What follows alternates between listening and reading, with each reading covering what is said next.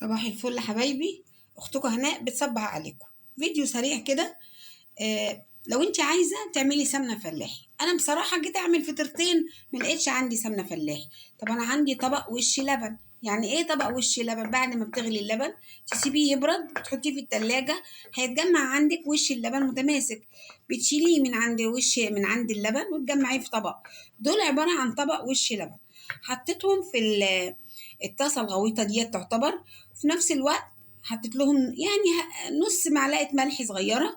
النار واطيه خالص، بتفضلي تقلبي بيتجمع بعد كده اللبن. هو طبعا مش ده اللون اللي انا هطفي عليه، هو لازم يكون غامق عن ده شويه.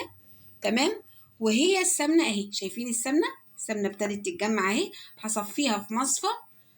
ماشي، اخدها واحط لها حته سمنه عاديه واخلطهم ببعض، وبعد كده اعمل الفطيرتين. تمام يا حبايبي. يبقى احنا دي احلى سمنه فلاحي انت ممكن تثقي فيها عن اي سمنه انت شاريها بره. يبقى معنى كده ان احنا ما نهدرش اي وش لبن، نحافظ عليه ونجمعه في اطباق. عملنا بيه سمنه فلاحي، عملنا دسينا بيه رز وحطيناه على الوش، عملنا مكرونه بشاميل وحطيناه على خلطه البشاميل. هنستفاد بيها. المهم انتي ما ترموهوش او ما تهدرهوش، حاولي تستفادي بيه.